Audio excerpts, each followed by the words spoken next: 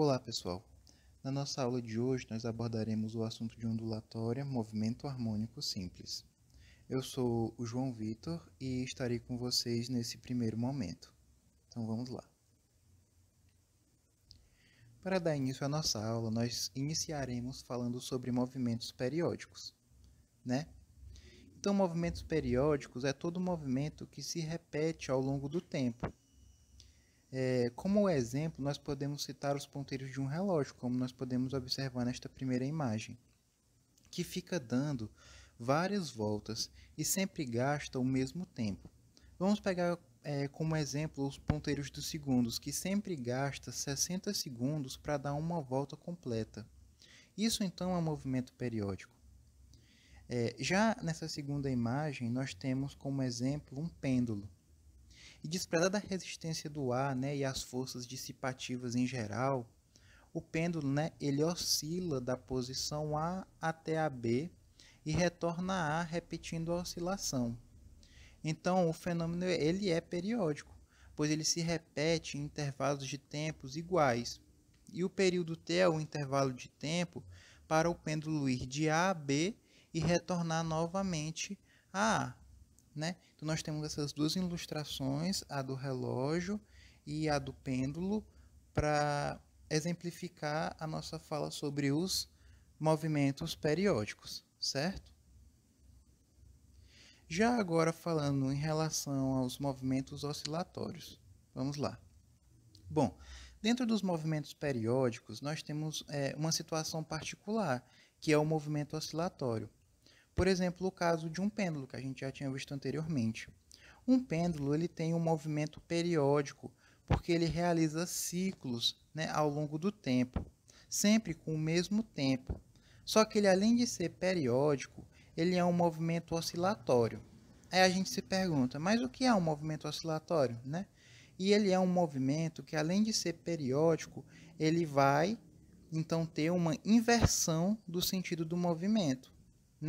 Olha só o pêndulo, ele sai de um certo ponto, vai até o outro lado, inverte o sentido e fica indo e voltando. Então, quando tem esse vai e volta em torno de um ponto de equilíbrio, que seria onde o pêndulo está em repouso inicialmente, a gente fala que é um movimento oscilatório. Então, esse movimento oscilatório ele é um caso particular dentro do movimento periódico. E esse movimento periódico, ele tem, como o nome já diz, um período e tem também uma frequência. O período é o tempo que se realiza um ciclo, certo? E se eu quero determinar quanto é o período do movimento periódico, eu vou pegar o tempo, a variação do tempo, e dividir pelo número de ciclos, que é o número de eventos que ocorreu. Então, é o tempo dividido pelo número de ciclos, o número de eventos que ocorreu. Já a frequência, a gente divide o número de ciclos pelo tempo que se levou. Ou seja, é quantos ciclos ocorrem por unidade de tempo. E se a gente usa o tempo em segundos, a frequência ela vai ser dada em hertz, e se a gente usa em minutos, fica em RPM, rotação por minuto. Então, reparem que as equações de período e frequência são o inverso uma da outra. Logo, nós podemos concluir que o período ele é o inverso da frequência e a frequência é o inverso do período. Certo, pessoal? Nós temos aí essa imagem exemplificando a nossa fala de agora. Beleza? Já agora, entrando na parte de movimento harmônico simples, o MHS. Bom, o MHS é um caso especial lá do movimento oscilatório que a gente viu anteriormente, que é o movimento periódico de vai e vem que fica em torno de um ponto de equilíbrio. E ele é um caso especial dentro do oscilatório. Ele é um caso de um movimento oscilatório linear. Então, é sempre algum objeto oscilando de maneira linear em torno de um ponto de equilíbrio, devido a uma força restauradora. Beleza? Então, O caso mais estudado no MHS é o sistema massa e mola.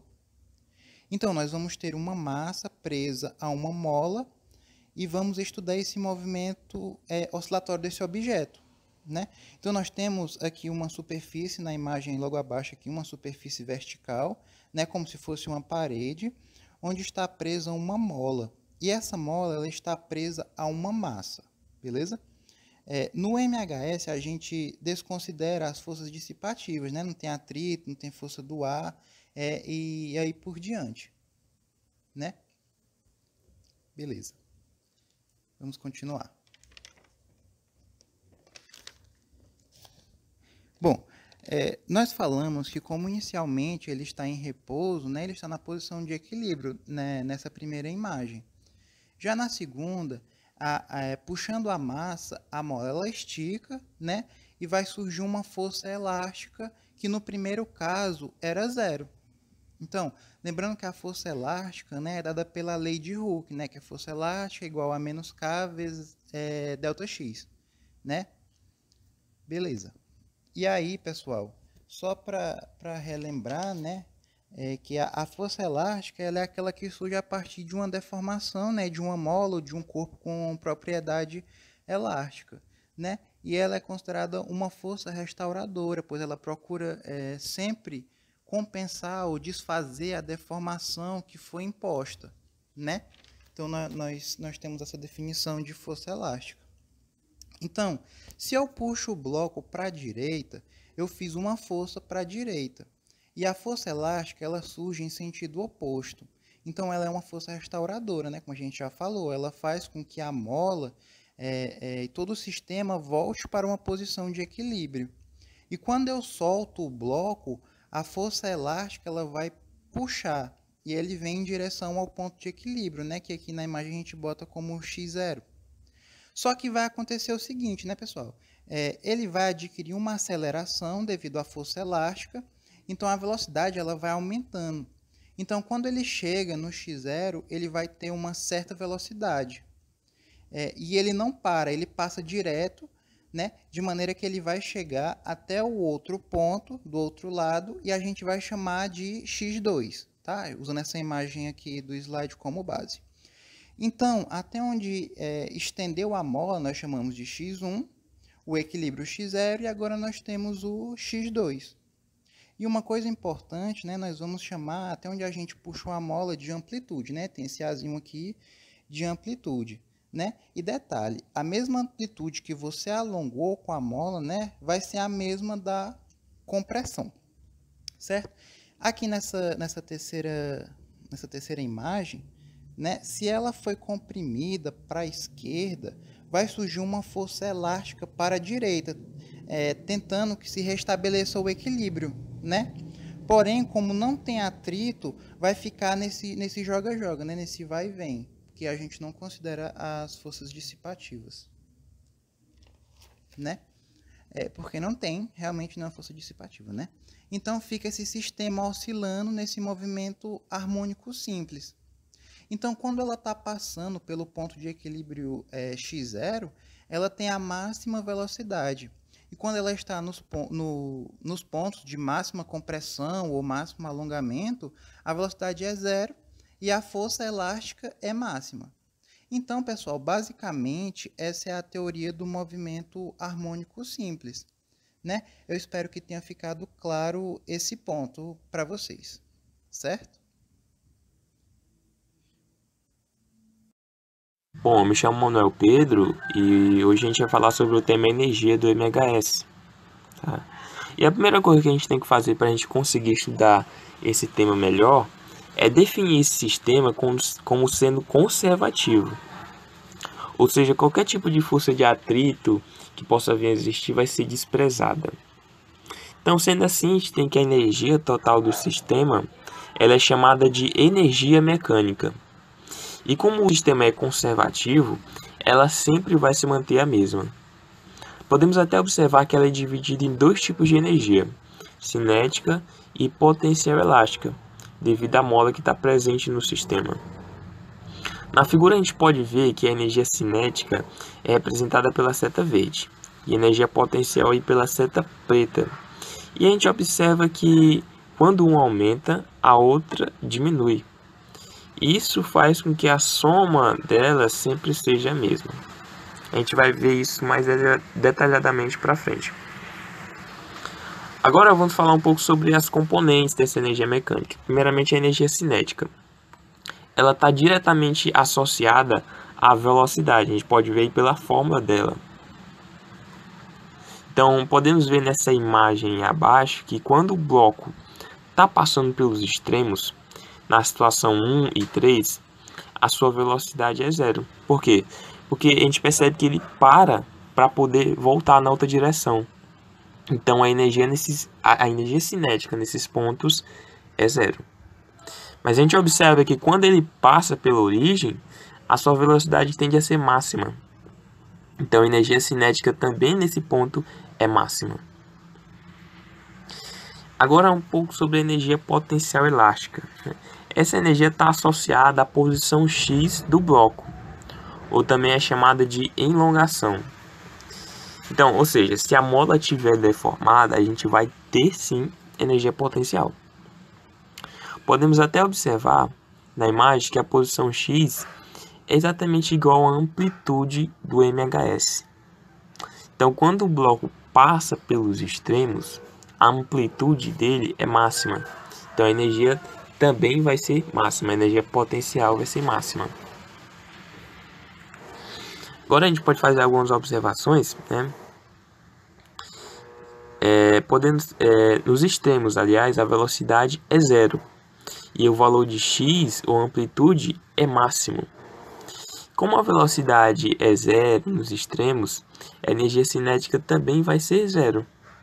Então, sendo assim, a energia mecânica vai ser somente igual à energia potencial. A gente pode ver, a gente pode anular esse termo energia cinética da equação. Então, nós podemos substituir o x por A, porque o x, como a gente viu, é igual a amplitude. E a energia mecânica vai ser igual a K vezes A ao quadrado dividido por 2. Essa fórmula que a gente encontrou é muito importante, pois com ela a gente pode calcular a amplitude do MHS. Mas outra forma de calcular a energia mecânica é quando o bloco passa pela origem, onde o x é zero e a velocidade é máxima. Como a posição x do bloco é zero, então a energia potencial também é zero. Dessa forma, a energia mecânica ela vai ser igual à energia cinética. A gente tem que a energia mecânica é igual a mv ao quadrado sobre 2. V máximo, sendo a velocidade máxima. Então, como essas duas fórmulas que encontramos são equivalentes, a gente pode substituir uma na outra e a gente pode então encontrar a fórmula para a velocidade máxima, sendo velocidade máxima é igual a vezes raiz de K sobre M. Agora vamos ver como essa energia ela se comporta em um gráfico. O gráfico é do tipo energia em função da posição. Então, quando observamos a fórmula da energia potencial elástica, a gente percebe que esse K sobre 2 é uma constante. Por quê? Porque K é uma constante e 2 também é uma constante. E constante sobre constante é uma constante. Então, vamos ter uma função, se a gente observar, uma função do tipo de segundo grau, onde o termo B e o termo C é igual a zero. Então, dessa forma, a gente vê que se trata de uma parábola com a concavidade voltada para cima e o vértice na origem. E a energia mecânica pode ser conservativa. Por ser conservativa, aliás, ela se mantém constante no gráfico, a gente pode perceber aí. E a energia potencial nos extremos é máxima e na origem aí é zero. A energia cinética, como a gente viu, ela pode ser descrita dessa forma aí que está no slide. E a energia mecânica também pode ser descrita dessa outra forma aqui. Então, se nós substituirmos isso na equação original da energia mecânica que a gente viu lá no começo, a gente vai obter uma fórmula para energia cinética, onde esse K vezes A ao quadrado sobre 2 representa a energia mecânica do sistema, que é uma constante, né? Como a gente está vendo no gráfico, a energia mecânica é uma constante. Então, a gente pode substituir esse termo pela letra E. E a gente percebe que se trata, então, de uma parábola com concavidade voltada para baixo, devido a esse sinal de menos aí na equação, e o vértice exatamente em cima do ponto E.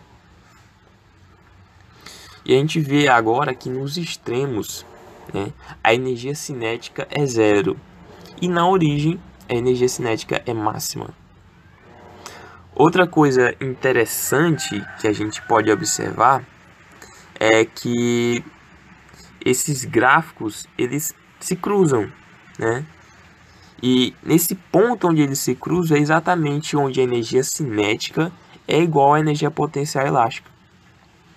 A gente viu até agora que nos extremos, né, uma força é igual a zero e a outra é máxima.